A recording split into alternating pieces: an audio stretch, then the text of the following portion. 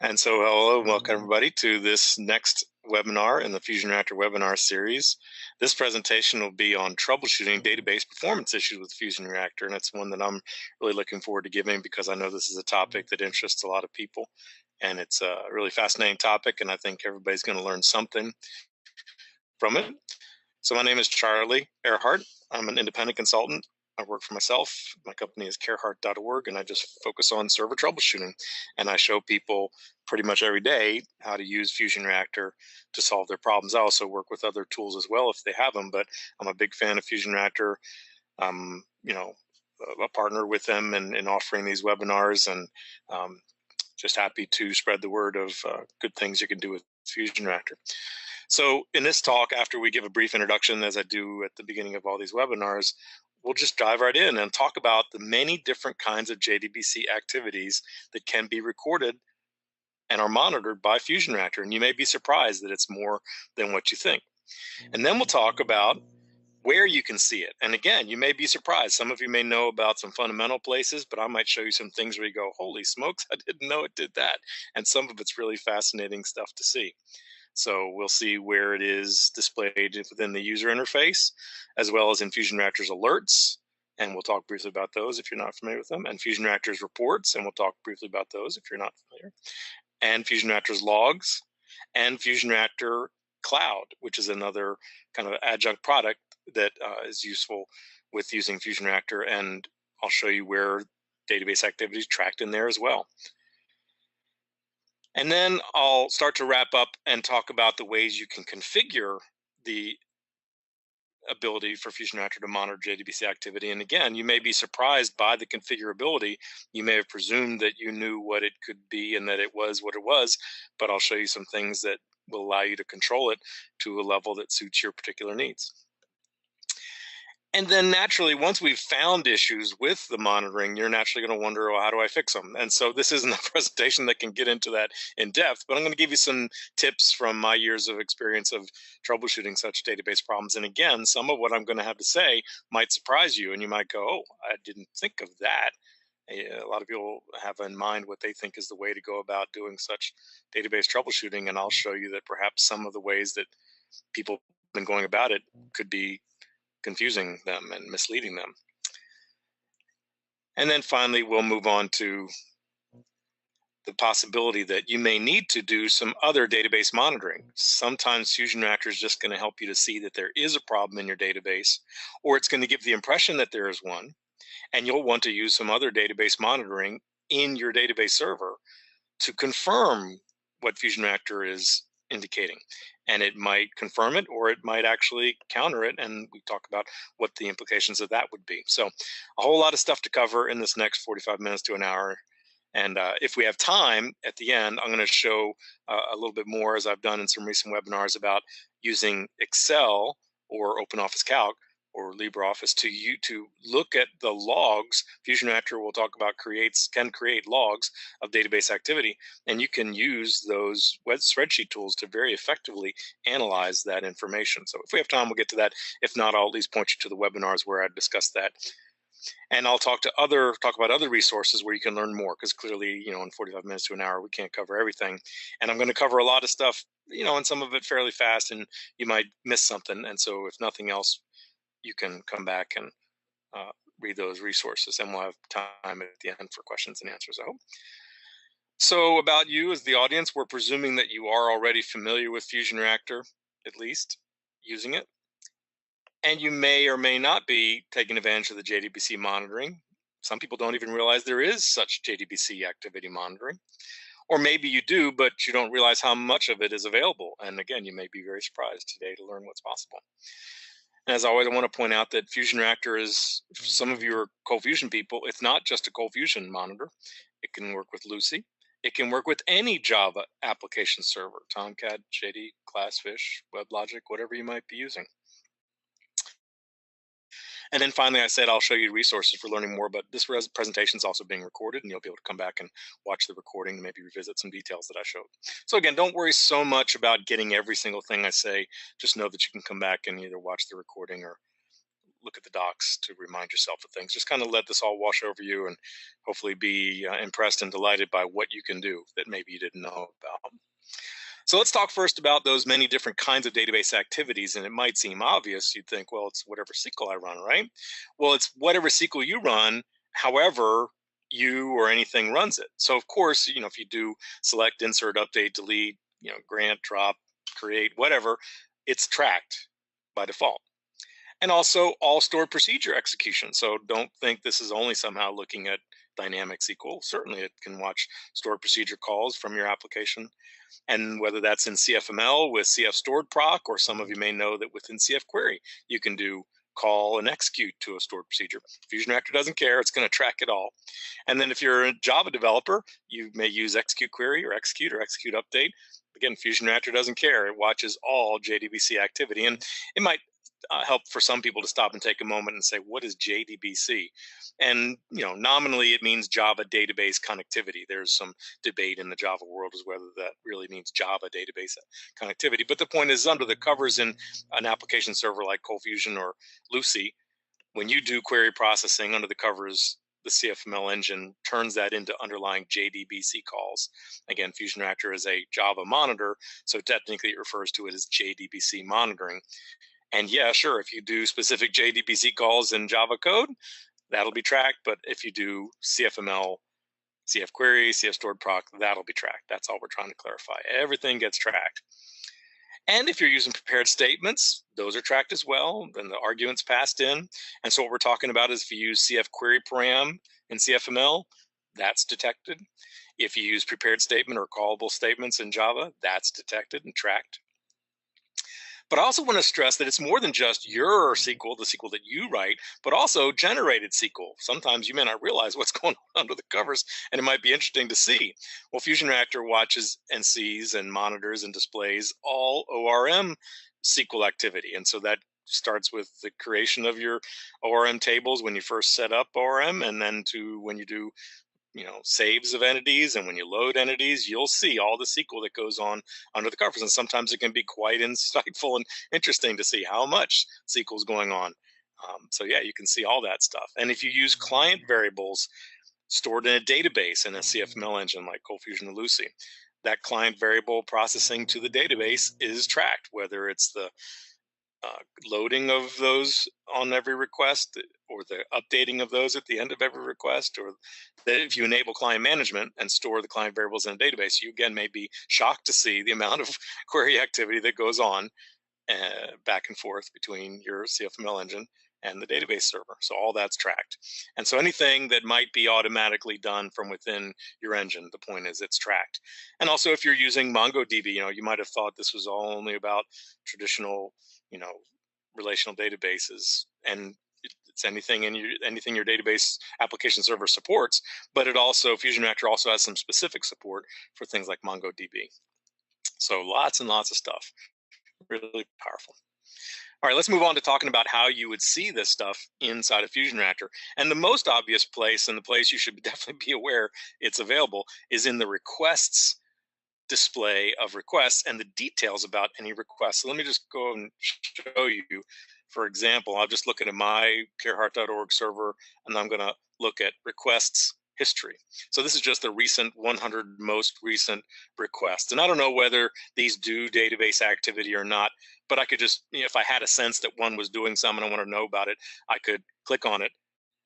And if a request is doing database activity, then down here in the bottom right corner of this main tab, when you first come in, there's main, and there'll be JDBC. We'll come back to that in a moment. But don't go jump into the JDBC tab when you're trying to find out, is a page doing database activity? And if it was taking a long time, was that long time due to database activity? This is not long. This is 48 milliseconds. I just picked a random request. But of these 48 total milliseconds, there were 3 queries. 3 queries ran, and they took a total of 1 millisecond. Again, this is not one that you need to worry about, but I want you to just get the point, is that you can look at any request, and for that specific request, you can see how many queries ran and how long they took. And then you can look at the JDBC tab for that request, and you can see the SQL that ran. All right, and so in my case, you can see something that ran that's called FuseGuard. It's a great web application firewall that I would recommend ColdFusion and Lucee folks look into. Anyway, we can see that a request, even to my front page, did do a query against my FuseGuard to look some things up. But that's, again, not so much going to be of interest to you, but you get that you can see all the SQL that ran. You see the SQL statement, you see the data source in which it ran, when it ran, how long it took, and how many rows came back. And sometimes this will be very interesting. And then this stuff is aggregated up at the top and across all the queries that ran, how long did they take on minimum and average and total, and across all the queries, how many records were found, minimum, maximum, and on average. Okay, so it's a lot of great information. And so, looking at any random request isn't interesting. Let me instead look at requests, slow requests. Now, some of you know that slow requests is the 100 most recent requests that were slow. And slow is defined by default to be 8 seconds. So these are all at least 8 seconds old. And they're ones that took a long time for some reason. And this doesn't tell me that they're slow because of the database. But again, I'll just pick one randomly and say, hey, why are you slow? And I'll look here at he took 28 seconds. And this is what I want you to learn to do, is that before you go digging into the JDBC, look down here and say, no, only 19 milliseconds out of the 28,000 was about database activity. So I don't need to look at the JDBC tab. This one was not slow because of the JDBC activity. And I just want to stress that. Don't go jumping into the JDBC tab because there may be nothing really useful there. I'll go and look, and we'll see that there's some queries. And again, in my case, they're from things that aren't a problem. So that's not an issue. Now, you may say, well, that's frustrating. I thought we were going to find out why requests were slow due to database activity. Well, the point is, not all requests are slow because of database activity. There may be other reasons. And we've talked about in other webinars how to do such troubleshooting and how to find out what it may be. And it could be something else that's going on. And there's other features of FusionReactor to help you understand why a request is slow, whether looking at the relations tab to see if maybe it was calling out to an external resource, or looking at the stack trace feature or the profiler feature. Again, this is not the presentation to get into all the ways to troubleshoot slow requests. I'm just saying that in that case, we looked at a request that was slow and we said, well, it's not slow because of database activity. I'll pick another one just randomly. There's a 19-second one, and he took 19 seconds. And that's a little more like it. And this is not unusual. That's why I was confident I could just pick one randomly. So there's a request that, yep, out of the 19 seconds it ran, 13 seconds were database time, 5 queries. And I wonder, is it one that took a long time, or did all of them take a long time? And that's when I would go to the JDBC tab and just go right down and look at the list of the SQL and say, yep, sure enough, there's one query that took, holy smokes, 12 seconds. And another one took 1 second. And then the rest didn't take very long at all. And there's my 13 seconds. So let's talk about a few other things on this page that may not be obvious. First of all, of course, we can see the SQL and we can see the values. And if anybody's looking at this and going, oh, we can't have that, we can't see the values here, there's a feature in FusionReactor to hide these values from display. It's called obfuscation of the SQL. So we'll show you how to do that later. But by default, you'd see all the values. And I'll repeat that if this was using a CF query param or prepared statement in Java, we would see question mark here, and then there'd be an indication of what the values were of each parameterized argument. So again, that's covered if you need to do that. Also notice that I see literally the line of code and the template in which this request ran. So in this particular request, it was running in my file called blog.cfc and literally at line 869. And this is not like some other features where you can't always trust the line numbers that you see in errors or debugging output. No. This is absolutely line 869 of this blog CFC in this folder within this directory is doing this query. It might be the end of the query, it might be the closing CF query tag, but the point is it is the query where this is running. And there's underlying CFML in my case that's generating this SQL, and there might be variables, but the point is this is what got generated, the full values as they got generated. FusionReactor tracks that. Okay, and as I said, it tells you the data source. And I'll mention this later, but let me just say in passing now that if you're on an older version of FusionReactor, FusionReactor did not used to get the data source automatically. You had to do a little extra work to get the data source name to display. And I believe it was FusionReactor 7, but it might have been 7.1, but I think it's FusionReactor 7 added the ability to get the data source name automatically. So you don't need to do anything anymore to get this to appear. And let me say also, just in passing, because somebody around watching this presentation may have some old information, there was a time 5 years ago and before, because FusionReactor has been out for 10 years, for the first few years of its life, to get this database monitoring, you had to do a little trick. It was called wrapping your data source. Well, you don't have to do that anymore. Since FusionReactor 5, and we're now on FusionReactor 7.1.0, since FusionReactor 5, you have not had to do that wrapping. So don't worry about that if you're maybe someone that's contemplating using FusionReactor. You don't need to do this wrapping anymore. You just run your SQL and it gets monitored by FusionReactor. And if you don't know what the wrapping is, don't worry about it. It doesn't matter anymore.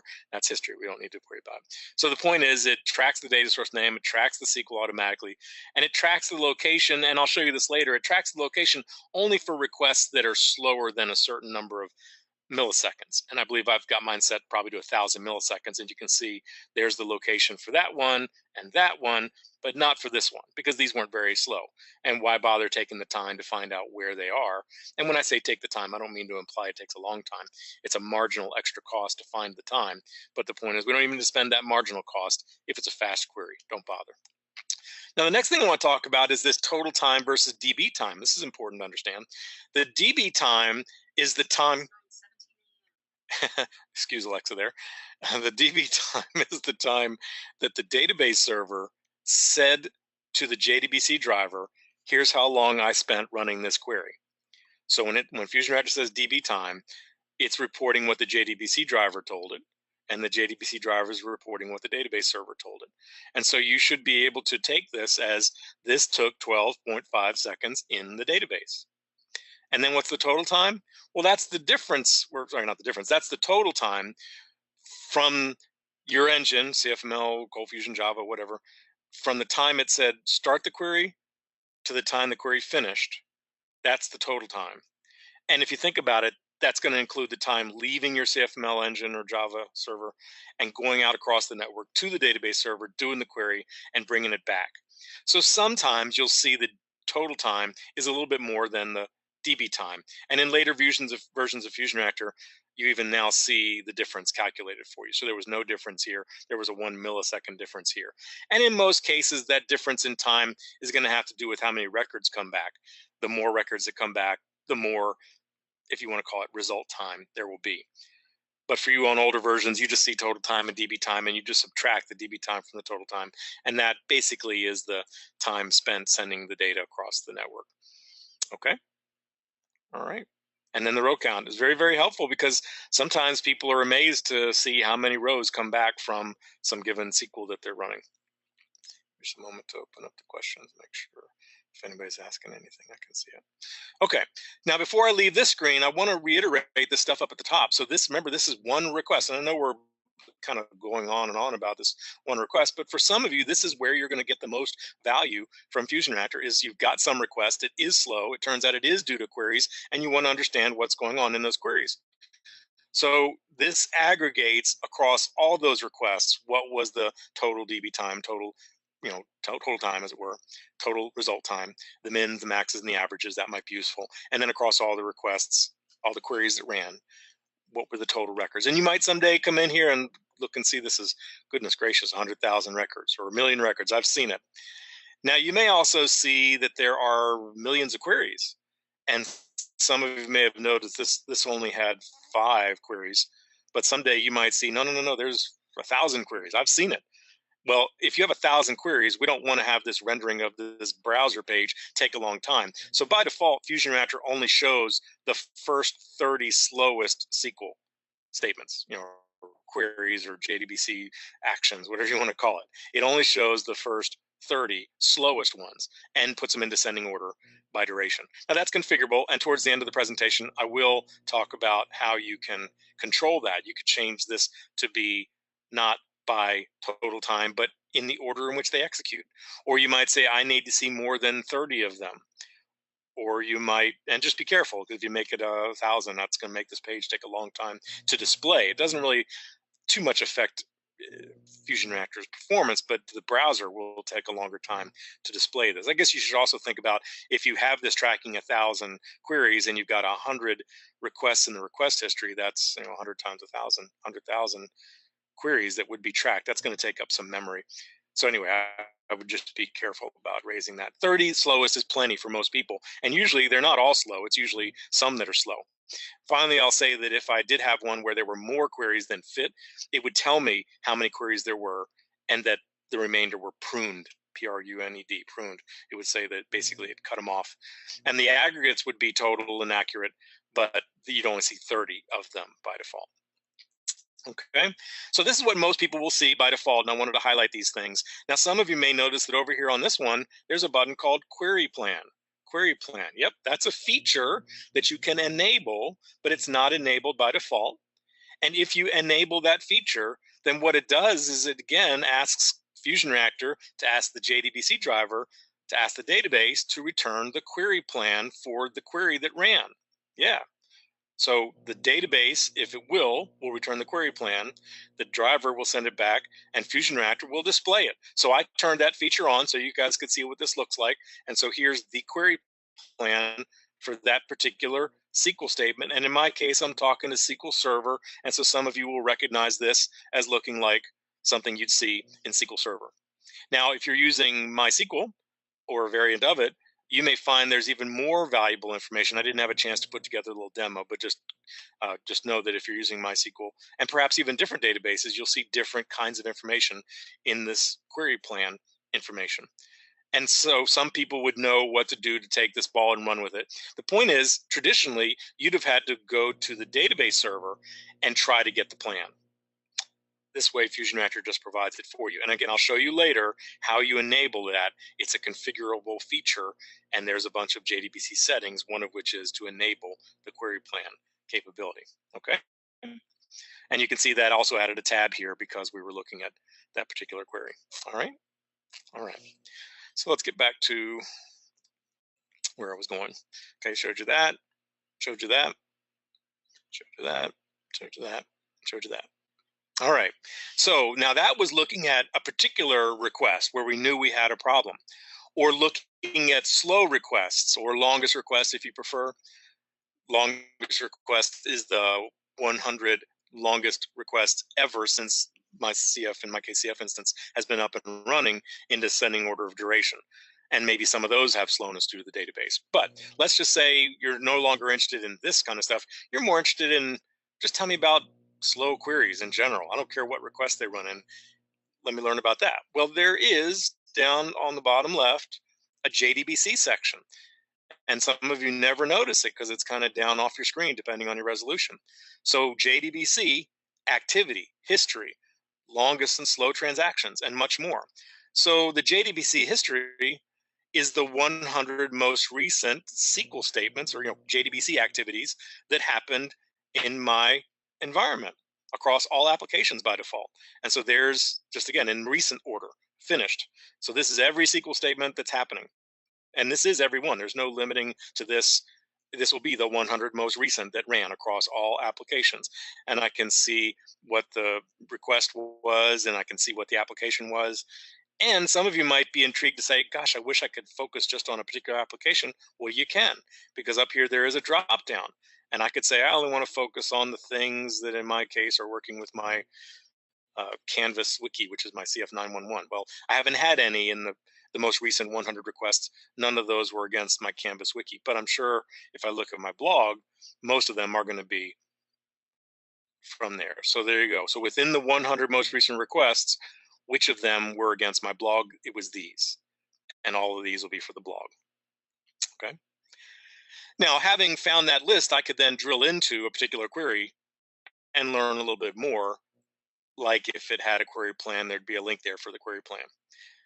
Now, that's not so interesting to look at the most recent 100 because you may not get much out of that. But remember, there's also JDBC longest transactions. So these are going to be the 100 slowest queries since, in my case, ColdFusion came up.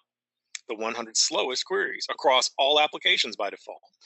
And there I can see that, curiously, I've had a little problem selecting against this. Now, before somebody goes, oh my goodness, that's bad, you don't want to see that, do you?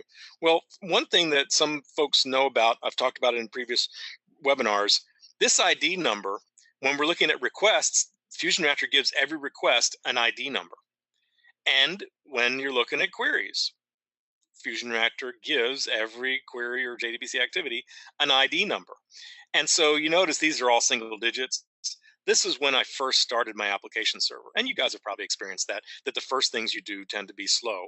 And sure enough, for some reason, which probably has nothing to do with FuseGuard or the database, just don't take anything from that. But just I would tend to ignore the first 10 or 20, sure enough. And if you see, most of these are the top 10. And then there's one there that's 3,197,000. Sorry, I clicked a link I didn't mean to. 3,197,293. So yeah, I've had at least 3 million queries since my CF has started up. It's been days ago. But anyway, that one was doing a select of a top 1,000, and that took 19 seconds. And that one would have a query plan. Actually, I had turned the query plan feature on after enabling this. This is from back in February. So again, my server's been up for a couple weeks, few weeks. And that can be, if you keep things working well, you can stay up for days and weeks at a time. Anyway, I didn't have the JDBC plan feature turned on back in February, so we don't see the query plan. But this does give me an opportunity to point out something. I said you can see the SQL that ran. I said you can see the line of code in which it ran. But remember, we drilled into this by saying, show me the slowest queries. Well, you found the slow query and you might go, well, what request is that for? There's nothing in here that shows the URL. And that's because we're looking at the details of this query, not the details of the request. There's nothing about the request in here. Well, the way you find out what request ran this query when you're looking at the details of a query is you go to relations, and the parent relationship, the master transaction of that query, in my case, was this URL, this specific URL. And if there was a query string, it would be on the next line. So there was none. In my case, this was somebody visiting the front page of my website.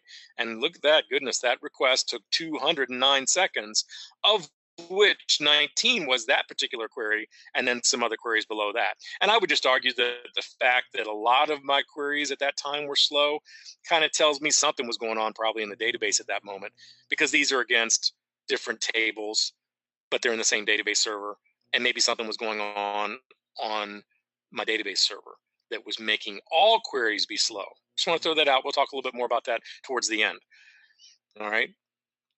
So that's that. Now, other things under the JDBC, I've talked about the history and the longest and the slow transactions. A relatively new feature, well, and actually, let me just show you this. There is a graphing of this stuff. If some of you have noticed that if you sit on the metrics, top corner metrics, web metrics, if you sit here, the middle two columns are also about database activity. I should have highlighted that earlier. You don't need to drill into the details of particular SQL statements. You can just sit here at the metrics, web metrics, and go, how is database activity going in general? And this top graph is showing the queries per second in dark green. So the number completed is the number completed per second. See, it says requests per second.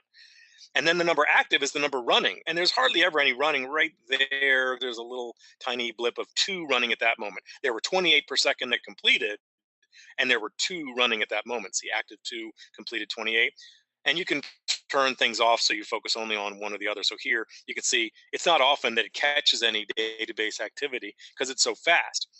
But that doesn't mean there's nothing going on. There's sometimes about 5 to 10 queries per second in my case. And then the bottom graph is about how long are those taking. So the dark blue is of those that completed, how long did they take? And the light blue is of those that are running, how long are they taking? So again, average active time, how long are those that are running taking? Average completed time, how long did those that complete take? And you can come along and look at these numbers at the bottom of the graph too, if that makes it easier. So those are great to see. And you can, I've talked about this in other presentations, you can zoom out to the whole hour. And now I can look and see that, yep, over my last hour, I've had a little bit of spikiness of database activity earlier. Again, these are tiny numbers. I'm sure some of you have hundreds of queries per second, maybe even thousands of queries per second. So I grant these are small numbers, but that doesn't matter. What matters is you can see the data. And then this is the activity, the duration. And I can see that it's interesting. I've had a little bit of a spike at 8:40, 8:56, 9:15. That doesn't really fit any pattern, but sometimes you'll see some weird pattern where request activity, database activity is spiky on a particular interval. That could be interesting. All right. And then just so you know, this request metrics, web metrics also has other interesting stuff. Like here's where you can see how long my CF instance has been up, 23 days. But I want you to see for the database stuff, you can see this JDBC request activity. How long have there been recent slow queries, and this is in milliseconds, so that's 7 milliseconds. And then how many queries total have happened in the life of my CF server. In my case, 5 million queries have run, and they've taken an average of 4 milliseconds. So I'm happy about those numbers. And then there's even counts down here. So anyway, there's lots to see about database activity. That's all I'm trying to convey. Now there's some newer things in newer versions of FusionReactor under JDBC. One is JDBC error history. So this focuses on what queries have had errors. Yeah, FusionReactor will track if a query has an error. And you can't tell by looking at this that it has an error, but there's a little link right there that says error, error, error, error, error. And if I were just to go ahead and open one up, there's a tab that says error details, or again, here's a link that says error. They all take you to the same place. And this will show there was some syntax error. There was something about that, comma, look at that. So it looks to me like somebody tried to pass in something that they shouldn't have, and it failed. And I suspect, that's not something that I've done or my code has done. And if we wanted to, I could drill into seeing how that might have happened. But in the interest of time, let's move on. But the point is, you can see your errors, whatever the errors are. And then there's also a transactions under JDBC. There's a transactions by memory. Transactions by memory. I believe that was introduced in FusionReactor 6. And this shows the memory allocated to run the query. And that might be very interesting for you. It's in bytes, so hopefully you won't see too much. And it's kind of interesting to see here that the delete had that much. I kind of wonder about that. The delete's having more. I find that a little curious. But anyway, I'll tell you that I don't put too much. I don't really focus on this. I know it's very compelling to some, but because it quirks like this, I've gone, it hasn't really been the answer to a problem for me. But look at it for you, and maybe it'll be interesting and compelling, and you might want to understand that. But that was JDBC transactions by memory. Now, this is very important, and I believe it was added in FusionReactor 7. Under JDBC, everybody pay attention to this. Under JDBC databases, JDBC databases. This is really cool. It breaks down the different kinds of operations against the SQL by the percentage of actions that there were across all databases. And then it also talks about in terms of the number of them. So this is in the duration of them. So most of my time, I'll show you in a moment what interval this is, but it's been inserts, which is interesting, against a database called blog post. Now, what I want to show you is that if you look up here at the top, sorry, I made a mistake when I said that was against all databases. Sorry, it wasn't. And this probably should have been included me. It's 100% against this particular database. You do pick what database to look at.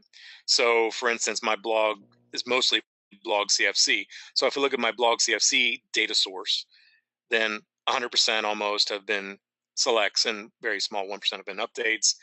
And you can see the time's been broken down across tables within that database. So this is the database or the data source in the case of ColdFusion, and these are the tables within that database and how much time was spent against those. And it's very interesting to see that I've had a lot of activity against a table called categories and virtually none against all these others. I might want to go investigate that.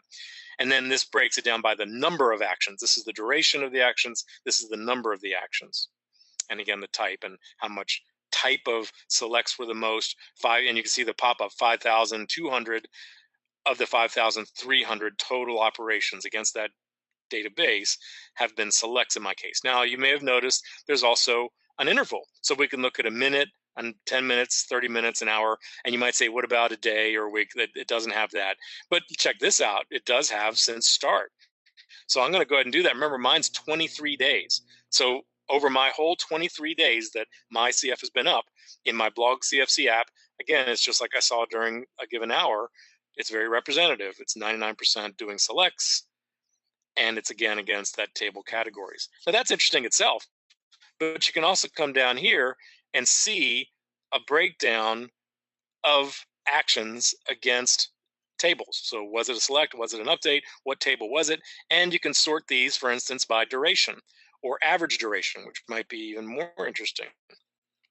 So I can see that the average duration, Sorry, I'll sort it again. That was up. Now that's down. Has been 5,000 milliseconds, 97 milliseconds, 86 milliseconds, 43, and so on. And I can see where the most average time was spent. And anyway, that might give you some insight. So that's that. You can clear the history. You can change the databases, all very compelling stuff. So that's pretty neat, the database activity stuff. Cool. Hopefully everybody's learned something new, at least even on this page. Now, for those of you that use ColdFusion, I want to point out that sometimes what you want to be aware of is not so much the SQL that you're running, but the database connection pooling and the number of connections between your CF application and, or CF in your case, and your database server. Well, there's a feature for that. It's up here under metrics, CF metrics. And at the bottom of this page is DB pool stats, DB pool stats. And this gives a breakdown by data source of the number of currently open, average open, total open, average total open, and maximum, which again, that's kind of weird. Makes me wonder if something's up. But this is, I've seen this be accurate. And at the moment, I don't have any open connections. And I do a fair amount of query caching and things like that. So you may not see numbers here being typical of what you'll see. So take a look at it on your own, because some people are very interested in how many connections are there. Maybe their database administrator says, hey, why is your ColdFusion sending 10,000 connections to my database? Well, you can maybe come in here and find out if a particular database has a particularly large number of connections. And there's features in the CF administrator and the data sources to be able to limit connections or whether to maintain connections or not. Again, this is not the presentation to get into that level of detail. I just want you who are interested in pool stats to know that FusionReactor tracks that. And then there's also this ability to see cached queries. So that's a slightly different page. It's metrics, top left corner, metrics, CF system metrics. Just there's reasons why historically this was one page and this is another page. And in this CF system metrics, you can see if you're doing query caching. And you can see that I am doing query caching. And I've got about 600 cached queries. And again, this is not the talk to get into what a cached query is in CFML. But the point is you can, in your code, choose to say, hey, when you run this SQL, cache it and reuse it for this amount of time. And I do that, and that's what keeps my database activity relatively low. So that's the ability to see if you're doing query caching within FusionReactor. So it's related to JDBC activity to a degree. All right, so I've mentioned, that's pretty much everything I could think of that you could see in the user interface. Now let's talk about in the alerts and the reports. So if you enable FusionReactor crash protection alerts, you would get an email when a certain condition arose. So for instance, a very common one I like to set is what's called the request quantity alert. And I would say if more than 20 requests are running over a period of 20 seconds, that's probably a sign that things are bad. I'd like to see what are those requests. And in the alert email, it'll tell me what those are. Let me bring one up on the screen for you to look at. So here's a request quantity alert that I got. And in the request quantity alert, I can see that it said I had 49 requests running for a really long time. I could see my heap wasn't that high. I could see that the CPU was pretty high. And again, we're not going to get into what does this mean, but the point is, it said there were 2 queries running. There were 2 queries running, and they were taking 106 seconds, 106,000 milliseconds. Well, that alone could be interesting. But then as you look down this list, this is my alert from that day, looking at what requests were running. These are the URLs that were running, the IP address from which they were coming, how long the request been running. Yep, crazy long numbers, I agree. But what I want to focus on today with you guys is down here, there was at least one, or we saw 2 queries that were running. So this request, rss.cfm, happened to be doing a select against my blog entries, and it was taken 79 seconds out of the 600 seconds. And again, these are crazy big numbers. There was clearly something weird going on that day, and it was back in July, so I don't care anymore. But the point is, I found an alert where I had such a demonstration of an issue where queries were slow. And I'll argue that since everything was slow, it was probably a bigger problem than the queries themselves. But you may someday get an alert where, sure enough, you might see all of the alerts show a query. That's interesting. If every alert is showing a query, and you might see that all the alerts are against a particular data source. That might be interesting. You might see that all the alerts are against a particular table. That might be interesting. You might see that all the alerts are the same sort of, or all the queries are the same kind of query select against a particular table. So those things could all be clues as to what your problem is. I just want you to understand that, yeah, FusionReactor's crash protection alert emails will tell you if a request at the time of the alert is running a query. You'll see the query. And you see this dot, dot, dot. That's because by default, it only shows 1,000 characters in the interface and in the logs. And if you want to make it show more, I'll show you in a moment, in a few moments, I'll show you how to configure that to track more. And I have changed that since back then to track more so I can see the full SQL statement. Okay. Now that would be compelling enough, but maybe some of you eagle eyes maybe noticed that there was some other stuff going on. So look, here's a request that ran, again, in my case, 4,000 seconds. It's crazy. But in that 4,000 seconds happened to be a request from BingBot. That's the user agent. That's a feature that can be enabled to log the user agent in the alert. Anyway, it said that in that request that took 4 million seconds, there were 20 queries that had run. It's not running one right now, but over the time it ran, there were 20 queries that ran in that request before the alert fired. And those queries had taken a total of 1.768 thousand, 1,700 seconds. And the DB time was 1,721. And they only brought back 61 rows. And again, this tells me that something was going on that was probably bigger than the particular SQL. Now, let me just say why I keep saying that. In my case, I don't have a very busy site, and it's not a production site selling anything. It's just informational. So I do happen to run my database server and my CFML server on the same box. You shouldn't do that. And in my case, I'm pretty sure that in this case, something big was going on in the box. Something was stealing CPU, making everything slow. Everything was slow. ColdFusion was slow. SQL Server was slow. And that's why we saw this. So this will be a little bit different scenario than some of you would see. But hey, for whatever reason, you may someday see that your requests did have a lot of queries that were slow, and maybe some will be slow and others won't be slow. My point is, isn't that cool that you can see that information in the alerts? Now, if you enable the ability to get alerts, and I talked about how to do that in a recent webinar, you'll see that that also enables you to get daily reports. FusionReactor would send you by email a daily report telling you how the server did that day, and you just have to configure that. And again, there was a previous webinar on configuring FusionReactor for action, and there was one on doing troubleshooting, and I talked about these things there.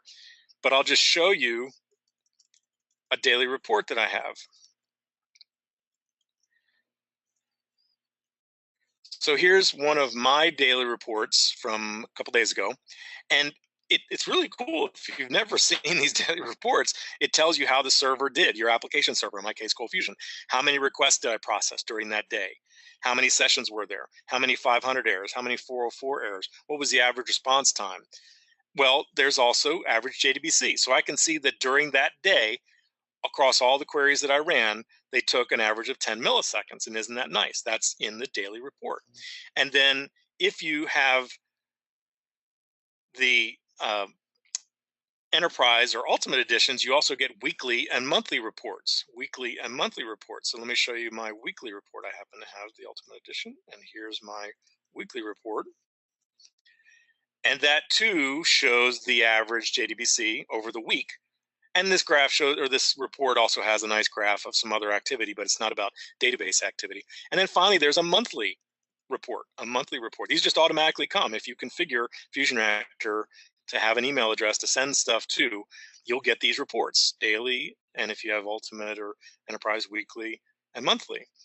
And this too had the average, but I wanted you to see that it's got some other cool stuff. And one thing in particular is that it gives you a breakdown by day of week of request activity and their average time, and JDBC activity and their average time. It's kind of interesting to see that my slowest average time is on a Sunday. That's interesting, But I also see here that I had 1,500 errors. And I kind of wonder if maybe there was something bad on a Sunday in particular that brought all these averages up, because even the web request average was higher. So you got to look at these things, in total, and sometimes make a connection that maybe wouldn't be obvious on the surface. But isn't that cool that you've got all that information? And then FusionReactor has logs. I again did a whole webinar on FusionReactor logs, and one of the logs is called the JDBC log. And if you tell FusionReactor to, it will track every query. I should have said every query, not every request. Every query that exceeds whatever number of milliseconds you say. So again, let me be clear. This query logging is off by default. But if you want to see in a log the queries that you run, you can enable it, and you would tell it how slow does the query need to be before it's logged. So you wouldn't want to set this real low. If you set it to 0, some of you have 1 million queries a day. That would be a big log. But you could, if you wanted to, and some people would, because they want to analyze it and say, what are these crazy million queries a day? And you could put it in a log. As I said, you could put it into Excel and analyze it. But anyway, for many people, it'd be more pragmatic to focus on slow ones. Maybe you'd say log any that took more than 10 seconds, or maybe any that took longer than 1 second. Just depends on your level of concern about slowness of queries. So if you enable it, they will be logged, and in that log will be every query that executes. And I happen to have display.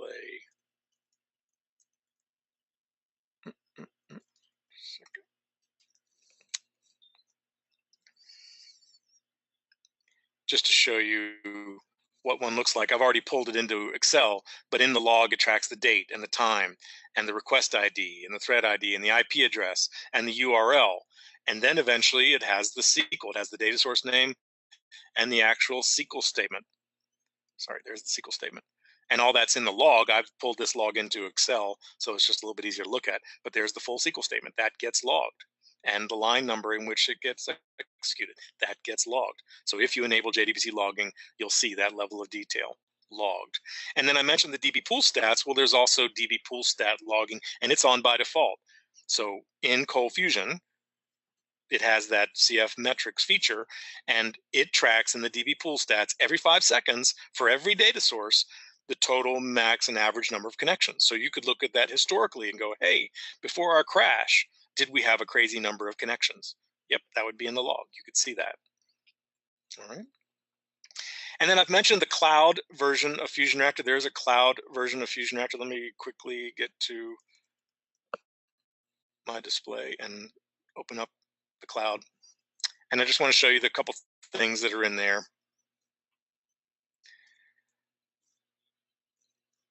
Waiting for it to render. Just give me a moment. And I've got a slow network, so this is not about the cloud being slow. It's about my network being slow. Nothing else I've done so far really had much to do with network activity.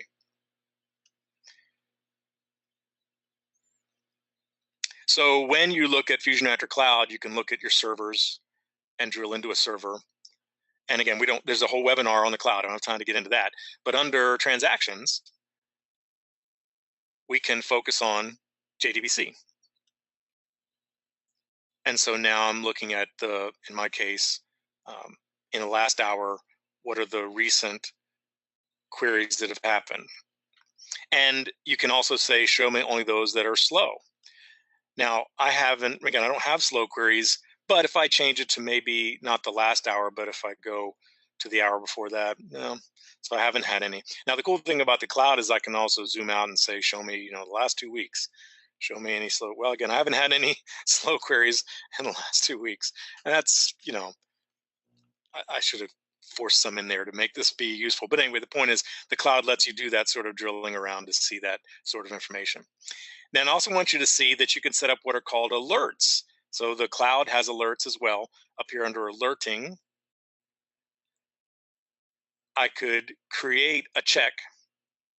And again, this is not the presentation to get into this, but I could create a new check, and I can check against all kinds of cool things. And one of the things I can check against down here is if I scroll down this, look, I can say, I want to see when the number of queries per second is above some number, or when the average completed time of queries is above some number. Isn't that cool? You couldn't do that with FusionReactor, the on-premises version, because it really only has 3 kinds of alerts. But the cloud has lots of alert capabilities, and we don't have time to get into them. But the point is, you can set many different kinds of alerts, and I wanted to highlight that you can even set specific JDBC alerts, and isn't that useful? All right, so I've talked about the configurability of FusionReactor. Let's now kind of wrap up with talking about that. So in the JDBC settings, so down here under JDBC settings, there's a whole bunch of settings, and I don't have time to get in every one of them, but I'll just go over them quickly. I have enabled under logging, the first one, I have enabled JDBC logging to log any queries slower than a second. And it automatically logs parameterized queries, and it doesn't limit them, but it can limit them.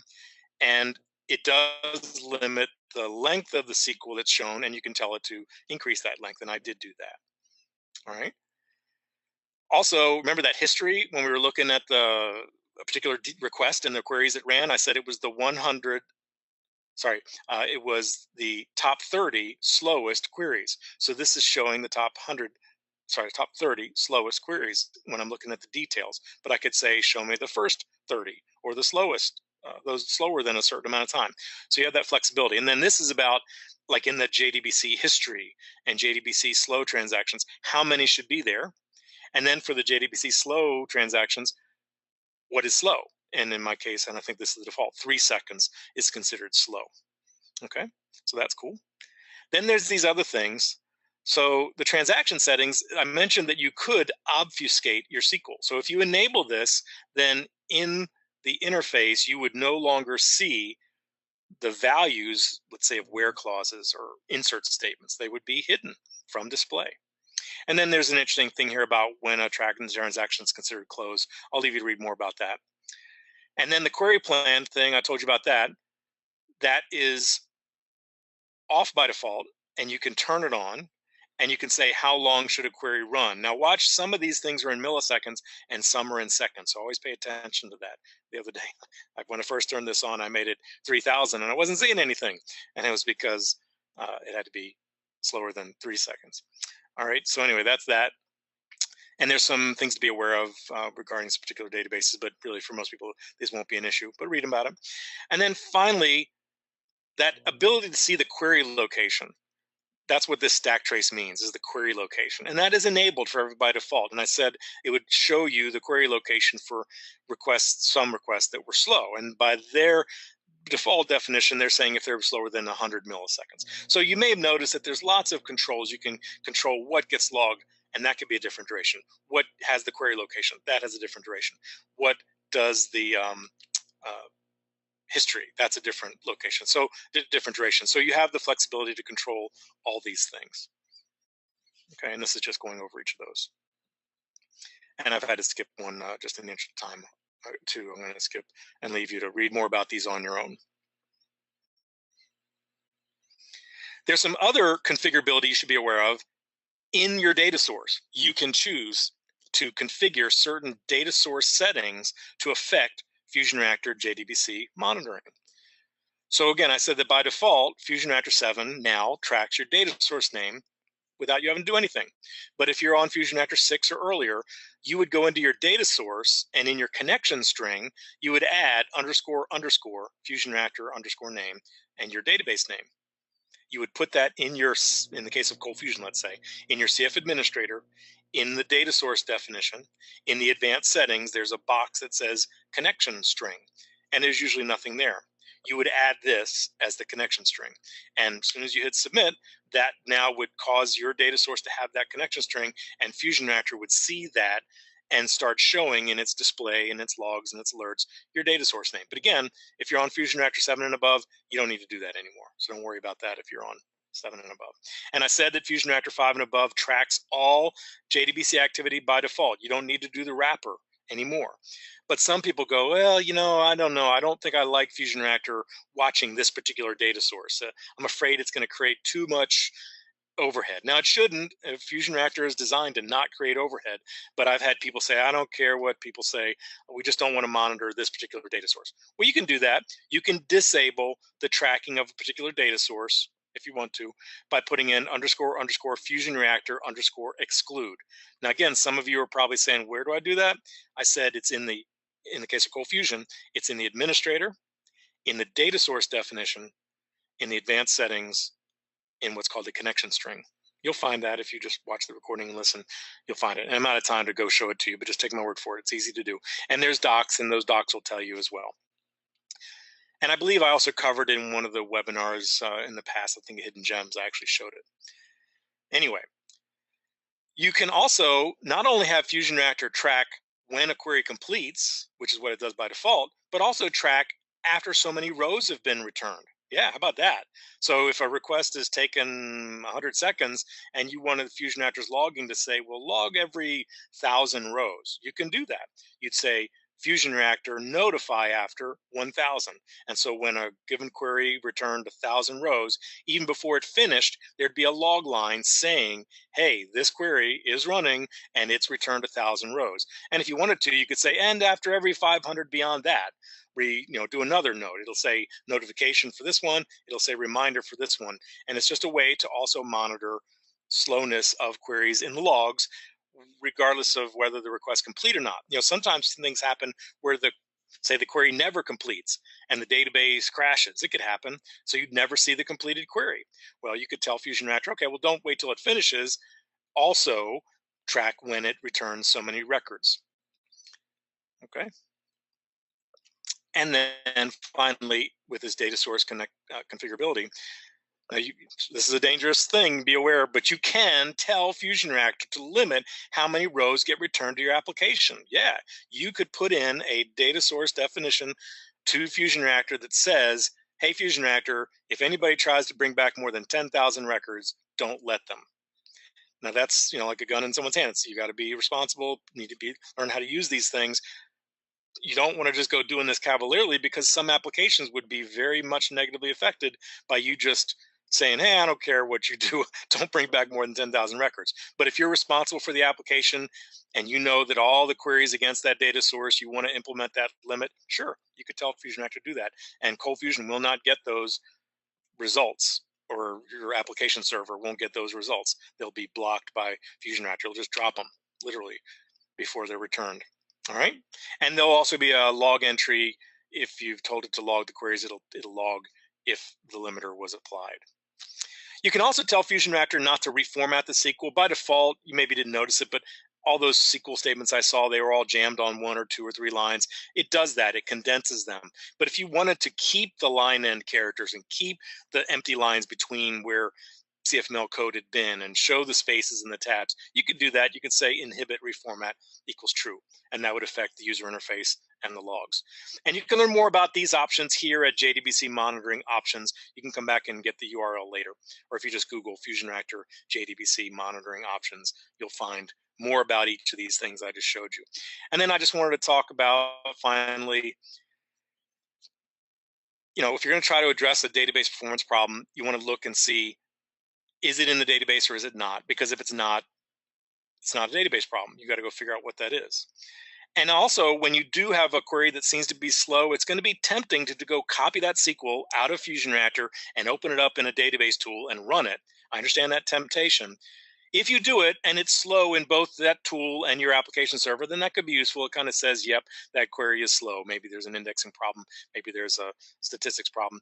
But if it's not slow in the tool, though it is slow in your application server, before you go, man, why is the application server making it slow? There may be some other explanation. One is, beware, when you open up your tool, let's say SQL Server Management Studio for using SQL Server, you're probably going to log in as a different user. So you're not going to be the same user that ColdFusion, in my case, ColdFusion, you're not running as the same user. So that would be a difference. You're going to get a different query plan because you're a different user. Also, as I just said, the code, the SQL in FusionReactor has been condensed. So that's not going to be exactly the same as what got sent from ColdFusion to the database. And the way database servers work, they take the exact SQL and they create a query plan for that exact SQL. And so this condensed version is really not exactly the same as what your application server ran. And then also keep in mind that if it's slow in your application and not when you run it, it could just be that it's slow because there's something else running at that time. There might be some other application running then when it was slow that's not running now when you're looking at running it in your database tool. Okay, so just be aware of that. And then beware too of not just focusing on slow queries, but look for the death of 1,000 cuts or death of 1,000 queries. You might have a single request that doesn't have any slow queries, but maybe it runs 1,000 queries. And I've shown you how with FusionReactor's interface and logs, you can find queries that or requests that run thousands of queries, and you might want to address that. That may be as important as the most slow queries. So keep that in mind. Many queries can be as bad as slow queries. And then again, slow queries could be due to a problem other than what you think. It could be that the entire application server is slow because of a memory problem or CPU problem. And it won't just be your queries, but every request is slow. I hinted that in that alert that I showed you. It could also be that the whole box that runs your application server could have a problem. It could be memory or CPU or disk problems. And it could be affecting all apps, not just your app server. So you'll see slow queries, but you'll also see that everything is slow on your box. That would be a different problem. And same thing, there could be a problem on the entire database server or the entire database server box. So it isn't always about your SQL. It may be about bigger issues. And I just want you to keep these things in mind. And finally, it could also be about network activity. I've seen situations where queries were slow in the CFML server, but the database server said, I don't have any slow queries. I don't know what you're talking about. And it was really network processing between the two, or one of these other scenarios.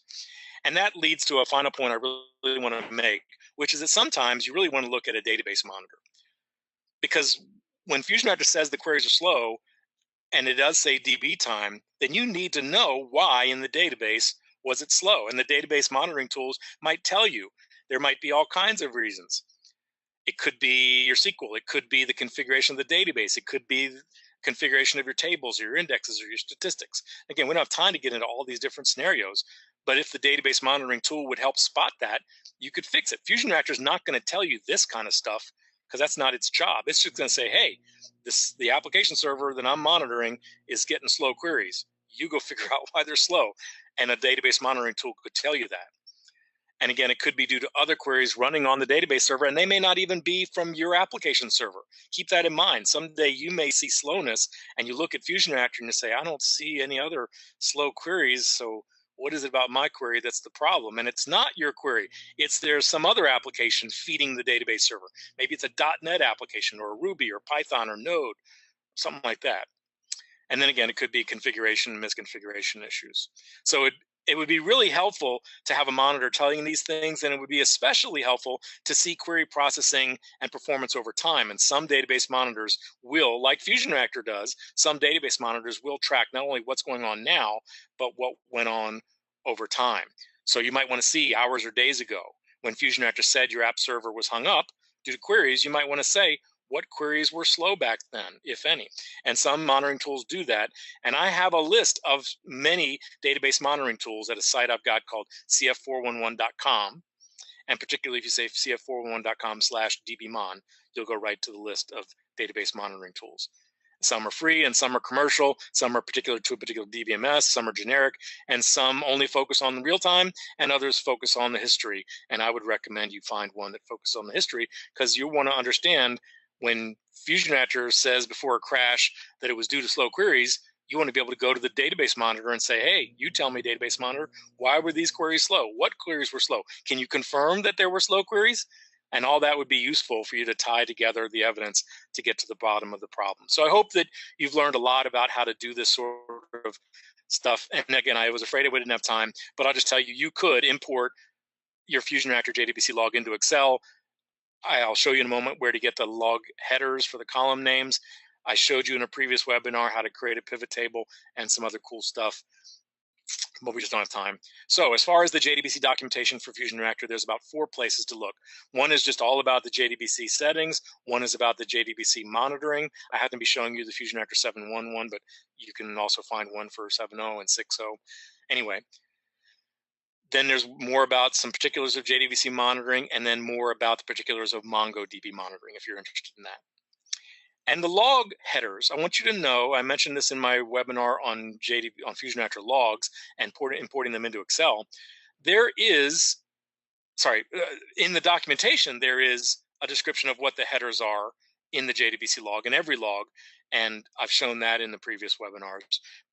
And then there's the DB pool stats log and how to find what the columns are in that log.